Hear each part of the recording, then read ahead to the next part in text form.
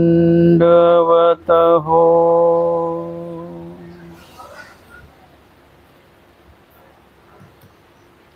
आजच्या या निरूपण सत्रामध्ये आचार्य या प्रकरणातील 255 पासूनच्या ज्या काही वचनावरच्या टीका आहेत त्या आपण बघणार आहोत. मागील सत्रामध्ये आपण परमेश्वराने जे विहित केलेलं आहे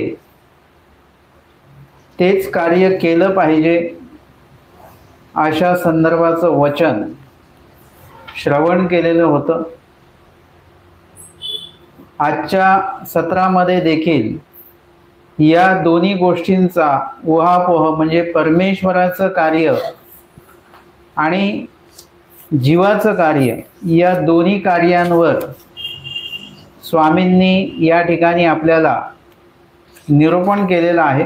आणि म्हणून आजचं वचनही अत्यंत महत्त्वाचं असं वचन या ठिकाणी आपल्याला श्रवण करायला मिळणार आहे.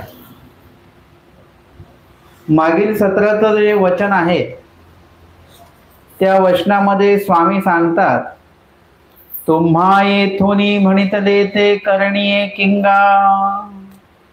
म्हणजे तुम्हाला आम्ही जे काही सांगितलेलं आहे ते तुम्हाला करणीय किंगा म्हणजे तुम्हाला ते आचरणीय आहे.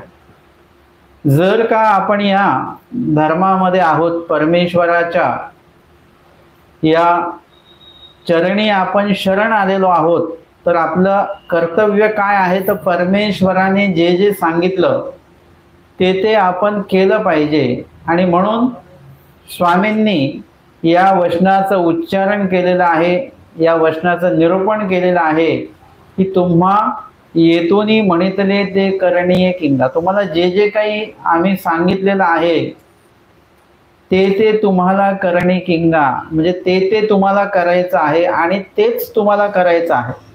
तुम्ही जर का म्हटलात की आम्ही आमच्या मनाने काही विधी तयार करू तर त्याचंही वचन स्वामींनी ती लोकोक्ती अशा पद्धतीने चालता येणार नाही. तिथे ईश्वरोक्त्याच पद्धतीने आपल्याला आचरण करायचं आहे असं त्या वचनामध्ये स्वामींनी सांगितलेलं आहे. आजचं वचन आहे 255 क्रमांकाचं आचाराचं. देमती देवे करावे ते केले, पुरुषे करावे ते ठेले. मागील वचन सांगितलं की तुम्हा येतोनी म्हणितले ते करणीय किंगा. तर मग तेच करणीय प्रत्येक जीव करत असतील, प्रत्येक जीवाने ते करणीय केलेलं असेल. तर स्वामी सांगतात देमतीला की देवे करावे ते केले.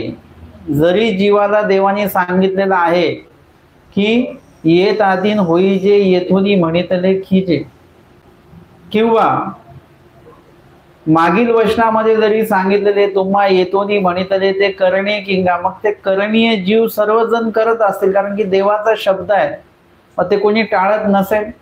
स्वामी सांगतात देवे करावे ते केले. देवाचं जे काही कर्तव्य असेल ते सर्व काही देवाने पार पाडलेलं आहे, करून ठेवलेलं आहे. आणि इतर जे काही देवाचं अजून काही कार्य असेल ते जसं जसं जीव पुढे पुढे जाईल तशा पद्धतीने परमेश्वर आपलं जे काही कार्य असेल, मग ते साह्यरूपी असेल किंवा अजून काही असेल, ते परमेश्वर स्वतः ते करतील. परंतु काही कार्यांसाठी तुम्हाला काय करावं लागेल, त्या कार्यांचा अवलंब करावा लागेल. तर मग ते कार्य परमेश्वराचं साह्य हे त्याच वेळेला कार्यरूप होईल.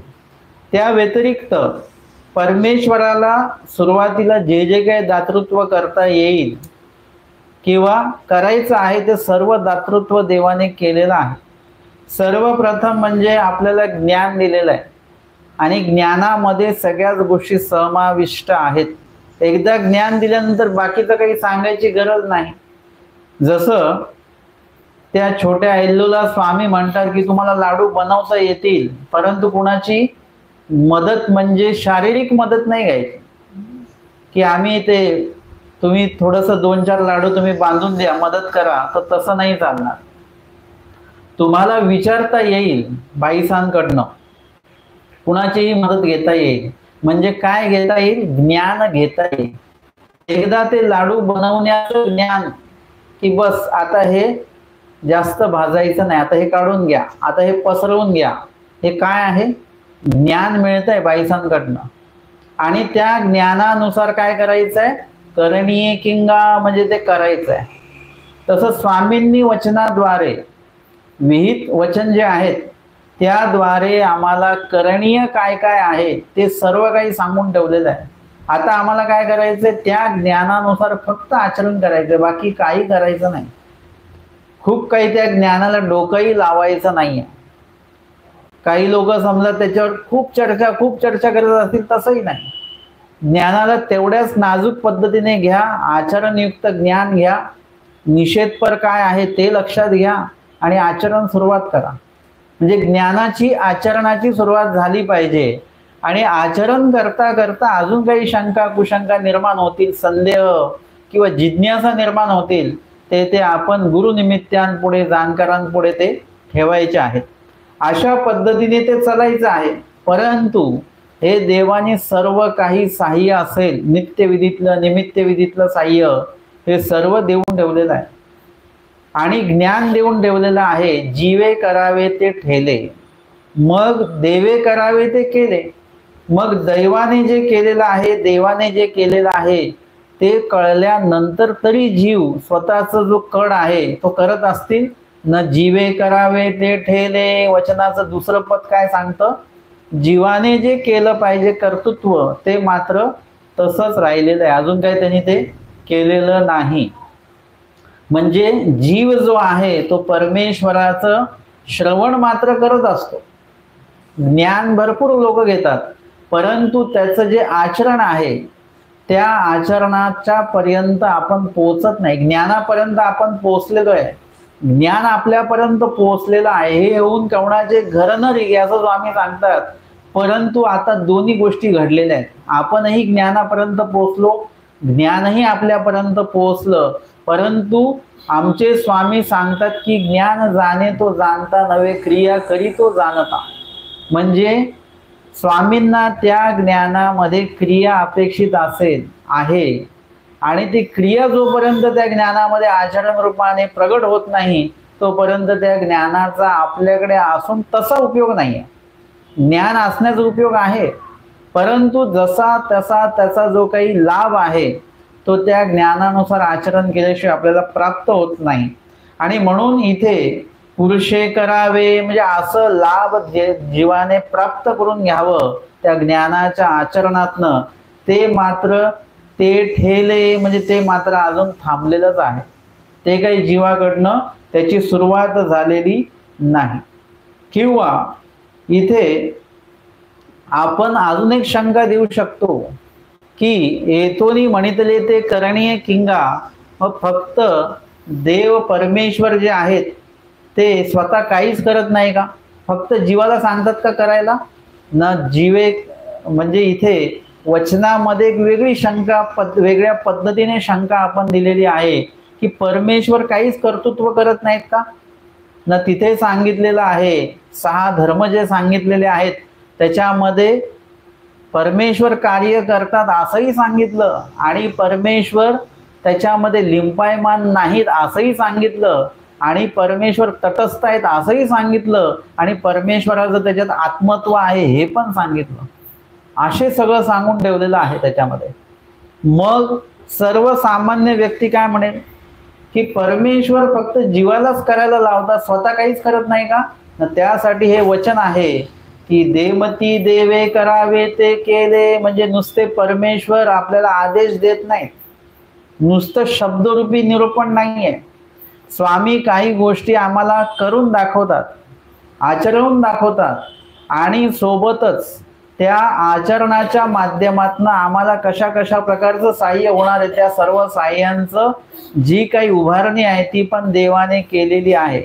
परमेश्वराला जे जे जिथपर्यंत करता येईल, जेवढं मला सोपं होणार आहे, जीवाला सोपं होणार आहे, असं प्रत्येक कार्य देवाने करून ठेवलेलं आहे. ज्ञान वगैरे सर्व तुम्ही जी काही जिज्ञासा भावाल ते लगेच त्याच्या शंकेचं निरसन परमेश्वर करू शकतात. असे काही काही मला अनुभव येतात की लोक म्हणतात, बाबा काल आम्हाला ही शंका पडली होती आणि आजच्या तुमच्या या निरूपणात आम्हाला ते मिळालं. किंवा आमच्याकडे कोणी साधू आले, नेमकं त्यांनी त्याच वेळेचं निरूपण केलं, आम्हाला ती शंका निरसन झाली. फक्त शंका जिज्ञासा तुम्ही मनात आणायची आणि परमेश्वर बरोबर त्या गोष्टीचं जे साह्य आहे ते साह्य आपल्याला प्राप्त करून देतात.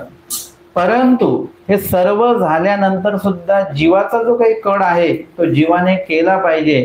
तो मात्र नेहमीच आपल्याकडनं ठाकल्या जातो. आणि म्हणून सांगतात की पुरुषे करावे ते ठेले, म्हणजे जीवाला नुसतं परमेश्वर सांगत नाही तर परमेश्वर ते कार्य करतातही. त्यांचा जो कड आहे तो पूर्ण करतात, मात्र जीव आपला कड मात्र करत नाही. या लीळेचा जो काही संदर्भ आहे, त्याचा जो काही प्रकरणवश आहे या वचनाचा, तो आहे उत्तरार्ध 564 क्रमांकाची लीळा. देमाईसा ते राहावने. देमाईसाला स्वामी राहावितात. एकुदिसी गोसावी आसनी उपविष्ट असती, म्हणजे थांबायला सांगतात देमाईसाला. एकदा आमचे स्वामी आसनावर उपविष्ट होते आणि ही जी लीळा आहे ती बाईसांच्या नंतरची, बाईसांचं देहावसान ईश्वर दर्शनाला ते गेल्यानंतरची ही घटना आहे. देमाईसे जवळी बैसली होती, समोर बसलेल्या होत्या देमाईसा. तेव्हा देमाईसा स्वामींना विचारतात, जी जी मी गावा जाईन, मी आता गावाला जाईन असं म्हणते. स्वामी म्हणतात, देमती तुम्ही मागा ऐसे म्हणा, जे बाईसा हाती येत आसो न लाईजे. तरी आता धर्माची चाडा येत साचिया परवडी वेळी जे नाका. स्वामी म्हणतात की आधी तर तुम्ही म्हणत होतात की बाईसांमुळे काय आम्हाला इथे थांबता येत नाही. कारण की काय व्हायचं की बाईचं सतत काही ना काही बोलायचं. पण का बोलायचं त्याच्या मागचं कारण आहे बरं का. एरवी काय असतं की महिला वर्गांमध्ये एका महिलेला दुसऱ्या महिलेचं कार्य आवडतच नाही. हा अनुभव म्हणजे महिला वर्गांना चांगल्याच प्रकारचा आहे. परंतु यामुळे काय होतं की त्या एका महिलेने एखादं कार्य केलं, दुसरी महिला तिला नावं ठेवते. हिनी केलं की तिसरी महिला तिला नावं ठेवते. असं ते चालू राहतं.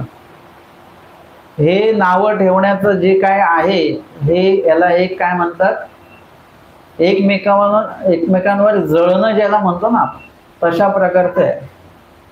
आता बाईसा पण बोलत होत्या सगळ्यांना, पण बाईसांच्या बोलण्यात आणि आपल्या बोलण्यामध्ये खूप मोठा फरक आहे. आपण कोणी चुकलं नसेल जरी तरी सुद्धा आपण बोलतो. एखाद्याने पदार्थ चांगला जरी बनवला आणि एखाद्या बाईला विचारलं कसं झालं ते, ठीक आहे, म्हणजे प्रतिक्रिया सुद्धा असं नाही की खूप सुंदर झालं असं प्रतिक्रिया येत नाही, ठीक आहे. म्हणजे या ठिकाणी आपण त्या गोष्टीला तो न्याय देत नाही. पण बाईसांचं तसं नाही आहे. बाईसा कधी बोलतात, ज्या वेळेला कुणीतरी स्वामींच्या विरोधात बोलत असेल तर बाईसा बोलणार. स्वामी दुखवले जातील असं कोणी बोलत असेल तर बाईसा बोलणार. स्वामींना कोणी उलट बोलत आहे तर मग बाईसा बोलणार. माहीम भट्ट बोलले, स्वामी म्हणतात बाई काय म्हणतात हे, ते म्हणतात देवा तो दैवाचा भाग्याचा. परत स्वामींनी सांगितलं, म्हणजे जानोपाध्यांच्या बाबतीमध्ये असं झालेलं आहे की स्वामी म्हणतात की तुम्हाला आमच्यावर, महात्म्यांवर आणि श्री प्रभूंवर कशी बुद्धी आहे, म्हणजे सारखीच बुद्धी आहे. बाईसांना स्वामी सांगतात, आधी पण सांगितलं तेव्हा त्यांनी योग्य बोललेलं होतं, त्यामुळे बाईसा म्हणतात दैवाचा भाग्याचा. परत स्वामी सांगतात आता हा असं असं म्हणतोय दैवाचा भाग्याचा. सांगतात नाही, हा असं असं म्हणतोय बरं का, आमच्यावर आणि दादोसांवर सारखीच प्रतीती आहे. मग बाईसा ओरडल्या. म्हणजे बाईसांचं ओरडणं हे चुकीचं आहे का? नाही. आपण जर का चुकीच्या पद्धतीच्या प्रतिक्रिया आपल्या असतील, प्रतीती आपली असेल, तर मग बाईसा बोलत असतील तर मग बाईसा बरोबरच आहेत, बाईसा चुकीच्या नाहीत.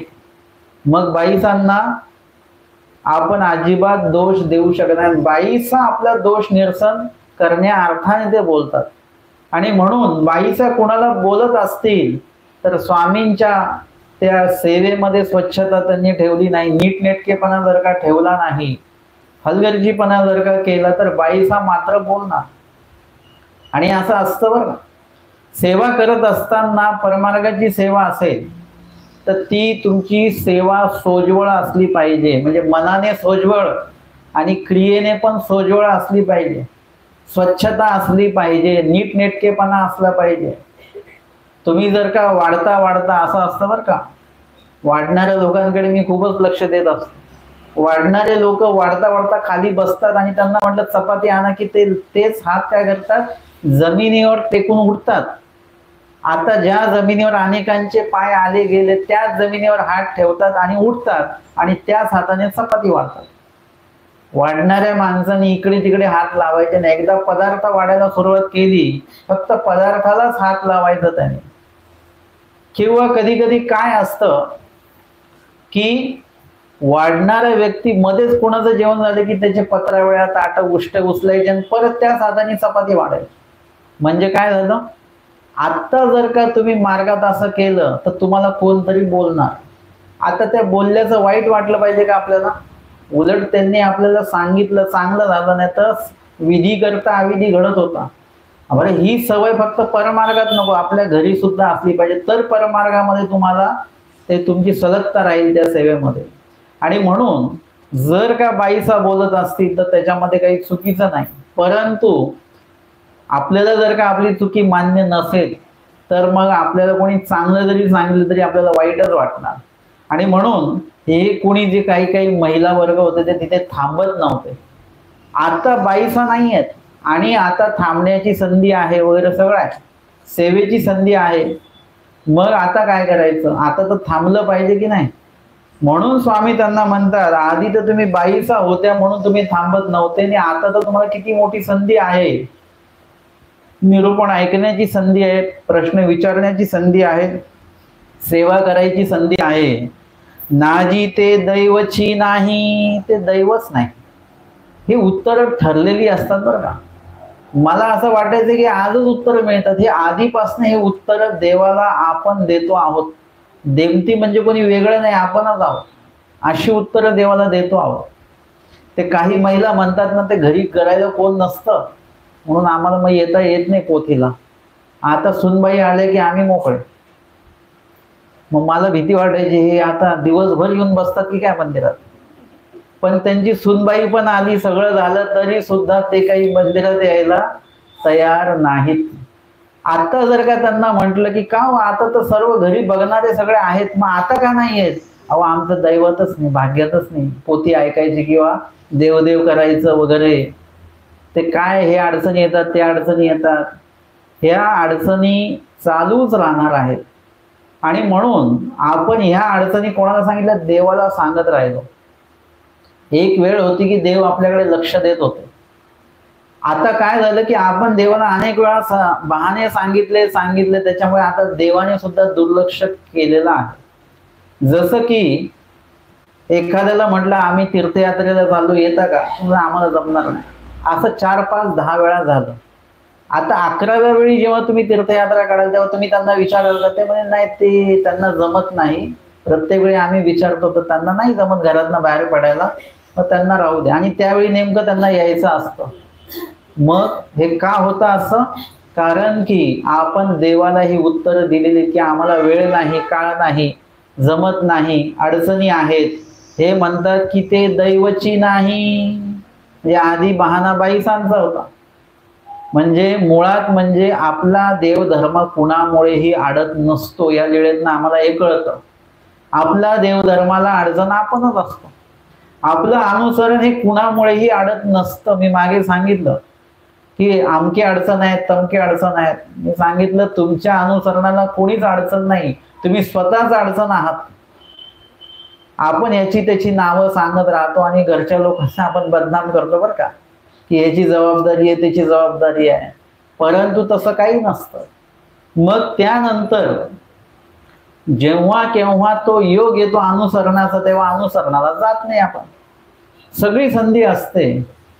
कुणीतरी एकाने सांगितलं, मी आईला सांगितलं की अनुसरून घे तू, पण ते आई म्हणते नाही नाही, आता अनुसरायचं नाही. आधी ते म्हणत होते की जबाबदारी, आता जबाबदारीच सांगते की अनुसरा, आम्ही सगळी व्यवस्था करतो पुढची. ते म्हणतात नाही ना, त्यांची इच्छाच होत नाही. म्हणजे हे काय आहे, हे दैवची नाही, अर्थात दैव आहे, परमेश्वर साक्षात बसलेले आहेत, स्वतः म्हणतायत. हे दैव नाही आहे का, दैवच आहे. परंतु त्या दैवाला आपण दुर्लक्ष करत असतो. अनेक वेळा अनेक संधी आपल्याला भेटत असतात, त्या संध्यांना आपण दुर्लक्षित करत असतो. आणि म्हणून या ठिकाणी या ज्या कोणी देमती आहेत, त्या देमती स्वामी त्यांना राहावितात. आधी बाईसांचा बहाणा आहे, म्हणजे बाईसांना दोष दिला गेला, आणि आता स्वतःच्या दैवाला ते दोष देतात. अर्थातच दैव सुद्धा उत्तम आहे. कधी कधी उत्तम हे असतं, परंतु आपण त्या उत्तमाला हीन करत असतो. जसं तुम्हाला गरम गरम जेवायला दिलेलं आहे, आता ते जर का आपण त्याच वेळी खाल्लं तर ते अन्न उत्तम आहे. आपण काय केलं, थोडा वेळ जाऊ दिला, 5, 10, 15 मिनिटं गेले, ते जेवण कसं झालं, आता उत्तम जेवण होतं, परंतु त्यांना आपण थोडंसं हीन केलं. म्हणजे थोडं त्यातलं जे काही गरम गरम खायला मिळणार होतं ते आपण, ती संधी आपण घालवली. तसं दैव आपल्याला कुठे नाही मिळालं ते सांगा. प्रत्येक उपदेशाला दैव प्राप्त झालेला आहे. त्या दैवाला ते जर का स्वीकारत नसतील तर त्याला परमेश्वर काय करणार. जीवे करावे ते ठेले. आता देमाईसाने कर्तृत्व करण्याची वेळ देमाईसांची होती, परंतु देमाईसांनी मात्र त्या क्रियेला काय केलेलं आहे, दुर्लक्षित केलं. दैवे करावे ते केले, देवाने करायचं कर्तृत्व केलं, संधी उपलब्ध करून दिली. पुरुषे करावे ते ठेले, म्हणजे जीवे करावे ते ठेले, म्हणजे देवमतीने जे केलं पाहिजे होतं त्यावेळी निर्णय घेतला पाहिजे होता, तो निर्णय त्यांनी घेतला नाही आणि चुकीचा निर्णय घेतला तो. सर्वज्ञ म्हणितले देमती, दैवे करावे ते केले, पुरुषे करावे ते ठेले. स्वामी म्हणतात की असं आहे, आम्ही आमचं कर्तृत्व केलेलं आहे, परंतु तुम्ही जे केलं पाहिजे ते तुम्ही मात्र करत नाही आहात. जी तेही गोसावीची करावे, म्हणजे ते सुद्धा देवानेच करावं. म्हणजे आम्हाला देवाने सांगितलेलं आमच्याकडनं काहीच होणार नाहीये. देवाने आतापर्यंत जसं केलं ना त्यांचं कार्य, आता आमचं कार्य बाकी आहे, तर आमचं कार्य सुद्धा देवानेच करून टाकावं, आम्ही काहीच करणार नाही. जसे आता जे काही पालक असतात ते मुलांचं होमवर्क ते स्वतःच करून टाकतात, ते स्वतःच लिहितात, ते मुलांना काहीच अभ्यास नाही. तसं चालेल का. होमवर्क पूर्ण मिळेल, पैकीच्या पैकी मार्क मिळतील, पण ते अभ्यास कोणाचा झाला, मुलाचा झाला का तो अभ्यास, नाही झाला. दुसऱ्याला कोणाला तरी आपण ते करायला सांगितलं, ते श्रेय आपल्याला मिळूच शकत नाही. श्रेय जरी मिळालं तर त्याची गुणवत्ता जी त्याच्यातनं येणार आहे ती आपल्याला येणारच नाही.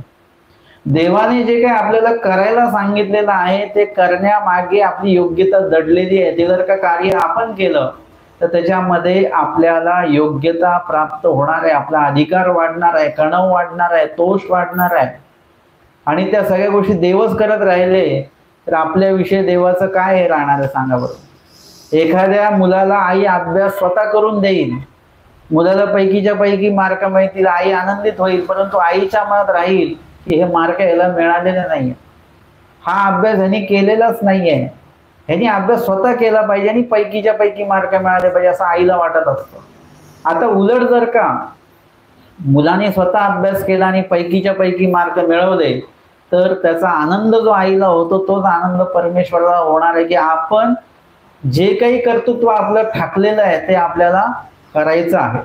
आणि म्हणून इथे सांगतात की गोसावीची करावे ते सुद्धा देवानेच करावं असं देवती म्हणतात. सांगतात तेही येथुनीची कीजेल, सांगतात ते सुद्धा आम्हीच करू. चला किती सवलत देवाने द्यायची आपल्याला, आम्ही ते सुद्धा करू, म्हणजे पुढचं कार्य पण आम्हीच लेखी लावू. परी पुरुषे चाटसी स्थानी होवावे की देमती, म्हणजे तुम्ही चाटसी म्हणजे कालता असतो ना स्वयंपाक घरामध्ये, कालता असतो, त्या कालत्याला बघून तुम्हाला कधी काय दृष्टांत आठवला नसेल, त्याच्यातनं तुम्हाला काहीतरी बोध घ्यायची कधीही तुम्हाला सुचलं नसेल, परंतु आमच्या स्वामींनी मात्र त्या स्वयंपाक घरातला जो कालता आहे त्या कालत्याचं या ठिकाणी दृष्टांत दिला. स्वामी सांगतात की तुम्ही त्या चाटसी स्थानी व्हा, बाकी सगळं आम्ही करून घेऊ. मग कसं बरं? सुग्रणी असे ते चाटसी येते व्यापारवीत पाक निष्पत्ती करी.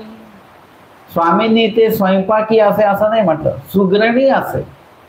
आणि स्वयंपाक कोण बनवतं? सगळेच बनवतात बरं का. स्वयंपाक सगळ्यांना येतो, तुटका मुटका सगळ्यांनाच येतो. परंतु सुग्रण मात्र एकच असते की ज्या पदार्थाला तीच चव देण्याचं कार्य सर्वच लोकांना येत नाही, विशिष्टच लोकांना ते येतं. आणि म्हणून इथे स्वामींनी सुग्रणीच म्हटलेलं आहे. मग ती सुग्रण काय करते? तो जो काही कालता आहे, तो जो काही चमचा आहे, तो काय करते? व्यापारवीत म्हणजे एक एक काम करता करता करता पाक निष्पत्ती करी. म्हणजे त्या कालत्याच्या योगाने, कालत्याच्या आधाराने ती एक एक पदार्थ ती तयार करत असते. आणि पाक निष्पत्ती करी, जो काही तिला स्वयंपाक तयार करायचा आहे, पदार्थ तयार करायचा आहे, तो एक एक पदार्थ ती तयार करते. आंबा आणतू घाली, खिरी आणतू घाली, खडूरस पाक आणतू घाली. आंबा आणतू घाली म्हणजे आंब्यामध्ये आंबा आणतू घाली म्हणजे काय? काय असेल?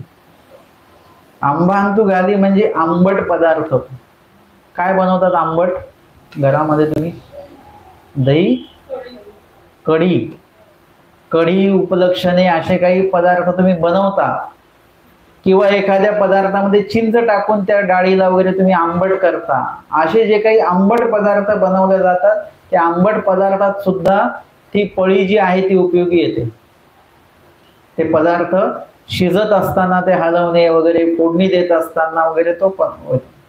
खिरी आणतू घाली. आता जर का त्याच वेळेला ते एकदा खीर आपलं कढी तयार झाली की काय करायची? ती कढी बाजूला ठेवून द्यायची. मग आता कालता एकच आहे म्हणजे घरामध्ये 2-4 कालते असतात की नाही, परंतु मोठा जर का कालता पाहिजे असेल तर तो किती असतो? तो एकच असतो घरामध्ये, एक मोठा कालता. आपण तसं धरूया. आणि मग आता त्या खिरीसाठी सुद्धा तोच कालता उपयोगी येणार. मग ती बाई काय करणार? तो घासून पुसून चांगला व्यवस्थित त्याचा आंबटपणा जे काही चिकटलेला असेल तो काढून टाकणार, कारण खीर बनवायची आता. मग खिरी आणतू घाली म्हणजे खीर बनवण्यासाठी सुद्धा तोच कालता, तीच पळी उपयोगी येणार. खडूरस म्हणजे षडूरस, 6 प्रकारचे रस सांगितलेले आहेत. मग त्या रसाची निष्पत्ती करताना, ते पदार्थ बनवत असताना त्याच्यामध्ये सुद्धा तोच कालता उपयोगी पडत असतो. अशा पद्धतीने या ठिकाणी एकच कालता आहे पण तो अनेक ठिकाणी उपयोगी पडतो. आणि एकाच कालत्याच्या माध्यमातून अनेक पदार्थ तयार होतात. तशा पद्धतीने ईश्वरू जीवा ते व्यापारवीत साधन निष्पत्ती करीती. तसा आपण कुठल्या स्थानी व्हायचं? सुग्रण म्हणजे परमेश्वर आहेत. आणि ती जी काही पळी आहे, चाटसी आहे, ते म्हणजे जीव आहोत, म्हणजे आपण आहोत. परमेश्वर आपल्याला काय काय करणार आहेत? वेगवेगळ्या सेवेमध्ये उपयोगी आणणार. नित्यविधी, निमित्त विधी, त्याच्यानंतर विविध साने थोर जे विधी आहेत त्या सर्व विधींमध्ये परमेश्वर आपल्याला उपयोगी नेतील. म्हणजे परमेश्वर त्या विधीचा योग आपल्याला देतील. आपण प्रत्येक विधीमध्ये जायचं आणि त्या विधी करायचं. नित्य आणि निमित्त विधी मिळून 11 विधी आहेत. 11 विधींमध्ये समाविष्ट व्हायचं आणि त्या विधीमध्ये त्या विधीला न्याय द्यायचा. ते विधी उत्तम प्रकारे आचरण करायचे. अशा प्रकारे आपण चाटसीसानी व्हायचं आहे. आणि प्रत्येक विधीचा योग कोण देणार पुरवून? परमेश्वर. विधीचे टेळे परमेश्वर पुरवित. म्हणजे विधीचा योग परमेश्वरच प्राप्त करून देणार. आणि त्या विधीमध्ये आपण चाटसी रूपाने आपण उपयोगी जायचं. अशा पद्धतीने ती जशी सुग्रण पाक निष्पत्ती करते, तसे आमचे स्वामी आम्हाला विविध विधींचा योग प्राप्त करून आमची साधन निष्पत्ती करून घेत असतात. आमची योग्यतेची निष्पत्ती, अधिकाराची निष्पत्ती, कणव तोषाची निष्पत्ती परमेश्वर करवून घेतात. आपण फक्त उपस्थित राहायचं, बाकी काही करायचं नाही आपल्याला. इथपर्यंत सवलत देवाने दिली. जसं आयाच ग्रासियाचा दृष्टांत येतो, म्हणजे आयतं अन्न ज्याला मिळतं. आता आयतं अन्न सगळ्यांनाच मिळतं, म्हणजे घरामध्ये जी व्यक्ती आहे बनवणारी व्यतिरिक्त जे घरातले सगळे लोक आहेत त्यांना तयार अन्न ताटामध्ये वाढून मिळतं. परंतु हा आयाच ग्रासिया वेगळा आहे, म्हणजे हा घरोघरी जाऊन भिक्षा मागतो. आता हातामध्ये भिक्षा मागितल्या जाते, परंतु तसं नाही, हे इथे त्याला भरवल्या जाते भिक्षा.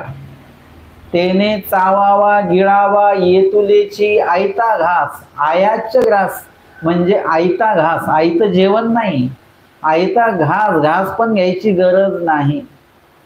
आता एवढं जर का आपल्याला मिळालं तर किती आनंदीच आनंद आहे. हात बीत काही हे नाही करायचे, कोणीतरी आपल्याला भरवणार. परंतु चावावा गिळावा म्हणजे आपल्याला चावावं लागणार की नाही. आता कोणीतरी त्याचा ज्यूस बनवून दिला, वरण भाताला मिक्सरमध्ये लावून ज्यूस दिला. आता ते चावायचं सुद्धा काम नाही, पण गिळावा म्हणजे गिळावं तर आपल्यालाच लागेल ना, का आपल्यावरचं कोण दुसरं गिळणार आहे. आपल्याला जर का घास भरवला तर तो आपल्यालाच गिळावा लागणार आहे, म्हणजे एवढं तर आपल्याला काम करावंच लागेल. तसं स्वामी म्हणतात की बाबा आम्ही इथपर्यंत सगळं करून देतो, आयाच्या ग्रासियापर्यंत सगळं आणून देतो, पण तुम्हाला चावावं लागेल, गिळावं लागेल. एवढं तरी 2 कार्य तुम्हालाच करावे लागणार, ते काय आम्ही करू शकत नाही. मामाजींनी उदाहरण दिलं की एखाद्या पाल्यासाठी पालकाने काय केलं, मुलासाठी आई वडिलांनी एक चांगली रूम तयार करून दिली, त्याच्यात कुठलाही आवाज येत नाही, काय नाही, एसी लावून दिलं, त्याला पाहिजे ते त्यावेळेला ते खायला पाणी बिणी सगळं दिलं, वया पुस्तकं. फक्त काय करायचं, तू अभ्यास करायचा, तुला कसलाच त्रास होणार नाही, असं सगळं केलं आणि दरवाजा लावून घेतला बाहेरून. आता त्या जर का मुलांनी ठरवलं की मला अभ्यास करायचाच नाही, तर ते आई वडील काय करू शकतात का. आई वडील सगळी सुविधा प्राप्त करून देऊ शकतात, परंतु अभ्यास करायचा की नाही हा त्या मुलाचा भाग आहे. तो जीवे करावे ते ठेले, देवाने सगळं प्राप्त करून दिलं. तुम्ही जेवणही बनवायचं नाही, भिक्षाच घ्यायची, म्हणजे जेवण बनवायचं काहीही आपल्याला त्रासच नाही. जेवण बनवणं म्हणजे नुसतं जेवण बनवणं एवढा त्रास नसतो. जेवण जे बनवायचं आधी ठरवायचं असतं की काय बनवायचं, इथून त्रास सुरू होतो आपला. जे ठरवायचं आहे ते पदार्थ आपल्याकडे आपल्याला संग्रहित ठेवावे लागतात, तेला मिठापासून सगळं. ते पदार्थ बनवायची भांडी असावी लागतात, कशातही काही बनवता येत नाही.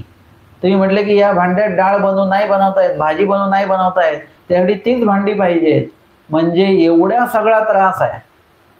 आणि तो सगळा जो काही त्रास आहे तो सगळा देव परमेश्वर आपल्याकडनं वजा करून घ्यायला तयार आहे. हा कुठलाच त्रास तुम्हाला होणार नाही. परंतु चावावा गिळावा म्हणजे तुम्हाला तेवढं तर कर्तृत्व जे आहे ते करावंच लागेल. तैसे परमेश्वराचं जे कार्य आहे ते करत असताना आपल्याला नुसतं ते कार्य करण्यासाठी फक्त उभं ठाकायचं आहे. तुम्हाला सांगतो ते कार्य करायचीही वेळ येत नाही, नुसतंच उभं राहिलं की परमेश्वर दैवे करावे ते केले, म्हणजे जे सांगितलेलं आहे, म्हणजे साह्याचा जो काही भाग आहे तो इतका चांगल्या प्रकारे पेरून ठेवलेला आहे देवाने की तुम्ही फक्त उभं राहायचं. तू उभा ठाकीला सीची पुरी सिद्धी ते येथून न्यायची, म्हणजे पूर्णत्व सुद्धा परमेश्वरच करणार आहेत. एवढं सगळं सुविधा जर का असल्या तर आपल्याला परमेश्वराच्या कुठल्याही कठीण कार्याचा जर का आपण बघितलं की हे कार्य कठीण वाटतंय, परंतु जर का तुम्हाला हे वचन जर का कळालं, साह्याचं वचन कळालं, तर ते आपल्याला कठीण वाटलंच नाही पाहिजे. जसं एखाद्या कार्याला मोठा खर्च आहे, महाद्रव्य उभं कसं राहणार, हा आपल्याला बँकेकडनं लोन मिळतंय, हा लोन मिळतं मग आपण सहज करू शकतोय, म्हणजे ते साह्य होत आहे ना. एखादी रक्कम तुम्हाला आत्ता मोठी वाटते, पण तुम्हाला जर का कुठून मदत मिळत असेल तर ते तुम्हाला सोपं वाटतं की हे सोपं झालं. आता लोनच्या बाबतीमध्ये तरी वेगळं आहे बरं का, तिथे पूर्ण व्याजासकट ते वसूल करून घेतात, इथे तसं काही नाहीये. इथे तुम्हाला सहाय्याचं लोन मिळतं बिनव्याजी, त्याला कुठलंही व्याज लागत नाही, काही नाही, आणि पूर्ण सहाय्य परमेश्वर करून घेतात. फक्त आपण चाटसी स्थानी होवावे. आपण परमेश्वर ज्या ठिकाणी आपल्याला नेतील पाठवतील त्या त्या ठिकाणी ते कार्य करण्याची वृत्ती, तयारी, मानसिकता ही सगळी आपल्यामध्ये मनसा वाचा कर्तव्य रूपाने आपल्यामध्ये असली पाहिजे. नाथोबास आणि भट्टोबास हे दोन व्यक्ती मला नेहमी समोर दिसतात. त्यांना स्वामींनी कुठलीही सेवा सांगायची आणि त्यांनी ती करायची. मनसा वाचा कर्तव्य पूर्ण दृष्टीने ते तयार. ते कधीच म्हटले नाही की हे आम्हाला जमणार नाही, असं म्हटलेच नाही कधी. हे आहे जीवे करावे ते केले, म्हणजे पुरुषे करावे ते केले. हे वचन भट्ट नाथोबांसाठी वेगळं आहे, म्हणजे ते ह्यांच्यासाठी हे वचन लागू होत नाही. त्यांच्यासाठी वचन आहे जीवे देवे करावे ते केले आणि पुरुषे करावे तेही केले. देवाने त्यांच्यासाठी जे करायचं ते केलं आणि त्यांनी सुद्धा देवासाठी जे केलं पाहिजे जे ते सर्व त्यांनी सुद्धा केलंय. हे वचन आपल्यासाठी आहे की पुरुषे करावे ते ठेले, हे वचन आपल्यासाठी. आणि पुरुषे करावे ते केले वचनाचं हे पद त्यांच्यासाठी आहे. मग तेही म्हटले जी जी न सको कुंभध्वनीसी, लखुबाईचे देमाईसा ते म्हणू लागली. म्हणजे स्वामींबद्दल काय काय लोक बोलत होते ते काही आम्हाला ऐकू वाटत नाही, म्हणून मी इथे थांबत नाही. अजून एक बहाणा त्यांनी सांगितला. लखुबाईचा देमाईसांना म्हणायला लागल्या, देमाई गोसावी राहाविता ती तरी का राहणार. बरं का, स्वामी म्हणतायत राहा, मग तुम्ही का नाही थांबत. जर का देव आपली जबाबदारी घेत असतील तर मग आपल्याला कशाच्याच कुठल्याच गोष्टीची चिंता काळजी असता कामा नाही. ना लखुबाई मी न राहे मग ती निघाली. ती म्हणाली मी काही थांबणार नाही, म्हणजे तिला थांबायचंच नव्हतं. त्याच्यामुळे तिने काय केलेले आहे, वेगवेगळे कारण जे आहेत ती कारण देवाला ते सांगत आहेत. अशा प्रकारे या वचनाच्या प्रकरण वशामध्ये हे वचन स्वामींनी का निरूपण केलं हे आपण या ठिकाणी श्रवण केलेलं आहे. या वचना संदर्भातली जी टीका आहे ती आपण बघणार आहोत. देवे करावे ते केले म्हणजे बोध हा दैवाचा कड.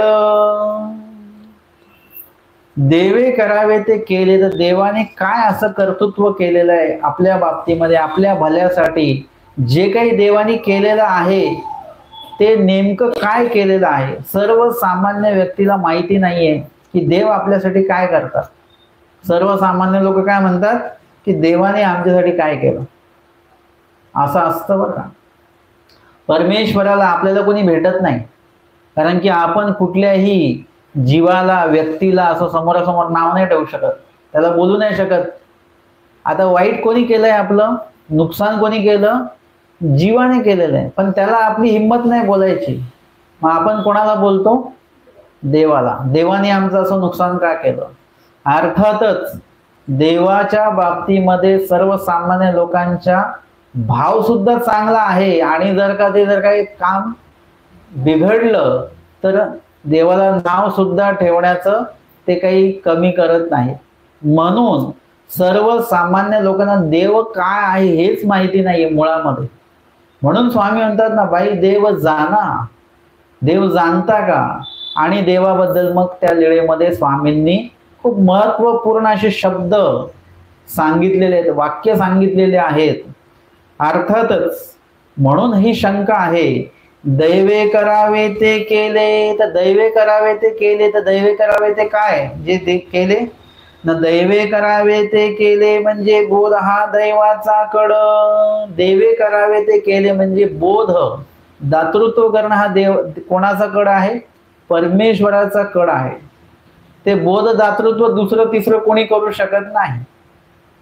तसं काही लोक म्हणतील तुमच्यामुळे आम्हाला बोध झाला नाही. वचन सांगतं की बोध आणि बोध शक्ती ते येथून किंगा ती देवामुळेच आहे आणि देवाकडनंच आहे. जीवाकडनं बोध होऊ शकत नाही, परंतु बोध होण्याला मात्र जीवाला निमित्त केल्या जातं. एखाद्या अधिकरणाला निमित्त केल्या जातं आणि त्यांच्या माध्यमातून फक्त शब्द येणार आणि बोध मात्र परमेश्वराकडनं येणार.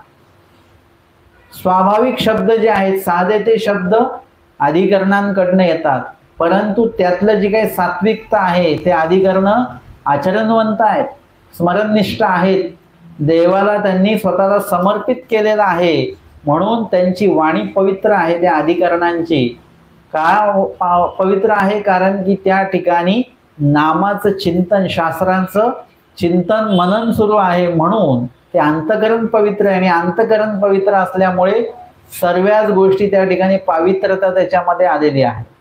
तर अशा पद्धतीने त्या अशा उत्तम अधिकरणांना निमित्त करून परमेश्वर आपल्याला ज्ञान देतात, परंतु बोध मात्र परमेश्वराकडनंच आपल्याला प्राप्त होत असतो, तो जीवाकडनं नाही. हा दैवाचा कड आहे, देवाचा तो कड आहे. तो कड बोध दातृत्वाचा हा देवाने आधीच आपल्यासाठी करून ठेवलेला आहे. टीकाकार शंका करतात, तरी अधिकार पांताती की जरी देवाचा कड असला तरी अधिकार प्राप्त करणे हा तर जीवाचा कड आहे की नाही. अधिकार असल्याशिवाय तर परमेश्वर देत नाही. अधिकार पांताती की म्हणजे अधिकार पाहतात आणि मगच देतात. म्हणजे अधिकार कोणाचा झाला? जीवाचा झाला. म्हणजे हा परमेश्वराचा प्रथम कड नाही झाला, हा जीवाचा प्रथम कड झाला की त्यांनी तो अधिकार जोडलेला आहे.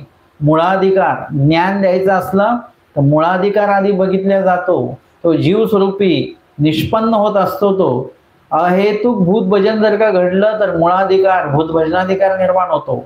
अहेतुक मायापूर भजन घडलं तर प्रेमाधिकार जीव स्वरूपी निर्माण होत असतो. ते अधिकार बघूनच तर देव देतात. ना जीव पात्र झाल्या ईश्वरा कवण उपयोग.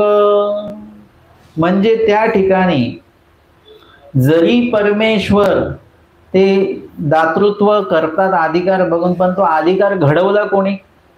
त्याला कड कोणाचा आहे? आपल्याला विधीच घडला नाही तर अधिकार कसा घडेल? मग तो अधिकार कोणी उपस्थित करून दिला? परमेश्वराने तो उपस्थित करून दिला आणि म्हणून तो घडला. आणि तो जरी अधिकार घडला तरी त्याचा देवाला काही फायदा आहे का? मी योग्य झाले तर देवाला काहीच उपयोग नाहीये. मला ज्ञान झालं तर देवाला त्याचा काहीच उपयोग नाहीये. किंवा मी जर का शाब्द ज्ञान पूर्ण केलं, अपरोक्ष ज्ञान पूर्ण झालं, विशेष ज्ञानापर्यंत गेलो, प्राप्तीला जरी गेलो तर माझ्यामुळे देवाला काही उपयोग आहे का? काहीच उपयोग नाहीये. आपल्याकडे काही कार्य असेल आणि एखादा जरी माणूस आला तर आपण आपल्याचा उपयोगच आहे. तो काही ना काही इकडची वस्तू तिकडे ठेवेल, काही ना काही मदत करेल, बरोबर आहे की नाही? तसं देवाच्या उपयोगी मी गेलो तर माझा देवाला उपयोगच काय आहे? काहीच उपयोग नाही. उलट जीवाला देवाचा उपयोग आहे, देवाला मात्र आपला काहीही उपयोग नाही. आपल्याकडनं देवाला आपण काय देऊ शकतो? काहीच देऊ शकत नाही. म्हणजे हे काय झालं? एक प्रकारे हा परमेश्वराचा जो कड आहे तो अशा पद्धतीचा आहे की देवाचा त्याच्यामध्ये कुठलाही स्वार्थ नाही, कुठलाही लाभ नाही, तरी परमेश्वर ते बोध दातृत्व करतात. हा परमेश्वराचा कड आहे. म्हणजे तुमचा अधिकार योग्यतेचा देवाला काहीच उपयोग नाहीये. म्हणून दैवे करावे ते केले म्हणजे बोध दातृत्व हा प्रथम कड परमेश्वराचा येतो. आणि त्याविषयी अधिकार घडवण्याचा जो कड आहे तो सुद्धा परमेश्वराचाच आहे. पुरुषे करावे ते ठेले म्हणजे अनुसरण हा पुरुषाचा कड. तर वचनाच्या पुढील पदामध्ये सांगितलं पुरुषे करावे ते ठेले. तर पुरुषाचा कड तो कोणता? जो करायचा त्याचा राहून गेलेला आहे ना. पुरुषे करावे ते ठेले म्हणजे अनुसरण. अनुसरण हा पुरुषाचा कड आहे, म्हणजे जीवाचा कड आहे. अनुसरण म्हणजे परमेश्वराचे म्हणितले करण. एरवी ज्ञान सगळेच घेतात किंवा जे जे काही कोणी करायला सांगितलं ते केलेही जातं, परंतु त्या करण्यामध्ये आपला कड असणं खूप गरजेचं आहे. कोणीतरी म्हटलं जसं लहान मुलांना बस जेवायला, तो बसला जेवायला. त्याला जेवायचं नाहीये, भूक नाहीये, तो पदार्थ आवडत नाहीये, तो आपल्या धाकास्तव खातोय, त्याच्या अंगी लागेल का? ते अंगी नाही लागणार त्याच्या. म्हणजे त्यामध्ये आपला जो जेवणारा व्यक्ती आहे त्याचा स्वतःचा कड असला पाहिजे, त्याला भूक असली पाहिजे, त्याला आवड असली पाहिजे. आणि मग तो जेव्हा जेवेल त्या वेळेला तो पदार्थ त्याच्या उपयोगी लागेल, त्याच्या अंगी लागेल. तसं कुठलंही कार्य करत असताना आपण म्हटलो आम्ही तर देवाचं सगळंच करतो. कोणी म्हणेल मी भिक्षेला जातो, कोणी म्हणेल मी घरी स्मरण करतो, कोणी म्हणेल मी आमचं सेवादास्य करतो, कोणी म्हणेल मी अन्नदान करतो. आम्ही सगळंच करून राहिलेलं आहे. म्हणजे देवाने म्हणितलेले करण सुरू आहे नाही. इथे अनुसरण हा शब्द आहे. अनुसरण हा जन्म जीवित या वचनाशी संबंधित आहे. येत आधीन होई जे, तर कसं व्हायचं आधीन? आता घरी कोणी विचारत नाही म्हणून मार्गात जायचं आणि मग आधीन व्हायचं का? किंवा वाटलं आता तिकडे जाऊ, इथे कंटाळा आला म्हणून तिकडे जाऊन अनुसरण घ्यायचं, दीक्षा घ्यायची, हे आधीनत्व आहे का? नाही, हे आधीनत्व असं नाही पाहिजे. स्वामी सांगतात जन्म जीवित असं पाहिजे, मरगळल्यासारखं नाही पाहिजे. ते जन्म जीवित तुम्हाला देता येत असेल तर ते अनुसरण देवाला अपेक्षित आहे, ते अधीनत्व देवाला अपेक्षित आहे. आणि म्हणून जरी आपण दीक्षा घेतली तरी अनुसरण या पदात आपण गेलोय का, हा सर्वांनीच किंवा अनुसरण घेणाऱ्यांनी हे थोडस प्रमाण जे आहे ते ठेवलं पाहिजे. म्हणजे तिथपर्यंत आपण पोहोचणार आहोत का हे लक्षात घेतलं पाहिजे. तुम्ही खाल्लं म्हणजे ते जेवण होत नाही. तुम्ही नाश्ता करता, तुम्हाला विचार का जेवलात का, म्हणतात नाही आम्ही नाश्ता केलेला आहे. का बरं तुम्ही असं नाही म्हणत मी जेवलो म्हणून? नाही, खाणं म्हणजे जेवण नाही. ते खाणं ते त्या प्रमाणात केलं पाहिजे, तेच पदार्थ खाल्ले पाहिजे. कोणी म्हणतं का आम्ही पोहे जेवलो, शिरा जेवलो असं म्हणतं का कोणी? नाही. की भाताचा नाश्ता केला असं म्हणतं का कोणी? नाही म्हणत. म्हणजे त्या वेळेला त्या प्रमाणापर्यंत तुम्ही पोहोचले पाहिजे, तेव्हाच ते कार्य आहे. जे म्हणतात की फर्स्ट क्लास आला, म्हणजे एखाद्याला 40% मार्क मिळाले त्याला म्हणता आहेत का फर्स्ट क्लास आला? सगळे नापास आहे, तो एक्स्ट्राच पास झालेला आहे, 50% मार्क मिळाले तरी त्याला फर्स्ट क्लास नाही म्हणताय. त्यापर्यंत त्या गुणवत्तेपर्यंत पोहोचता आलं पाहिजे. जसं अनुसरण हे त्या गुणवत्तेशी संबंधित आहे, त्या जन्म जीविताशी ते संबंधित आहे. की ते तुम्हाला जे काही दातृत्व आपण तर देवाला देऊ शकत नाही, पण जेही कार्य आपण देवाला अर्पण करतोय ते जिवंतपूर्वक देता आलं पाहिजे. ते मरगळल्यासारखं देता कामा नये. म्हणून तिकडे कुष्ठी वासनेचा सुद्धा त्याग सांगितलेला आहे. त्या कुष्ठी वासनेच्या त्यागामध्ये देह सुद्धा नाही, त्याच्याकडे फक्त मानसिकता आहे.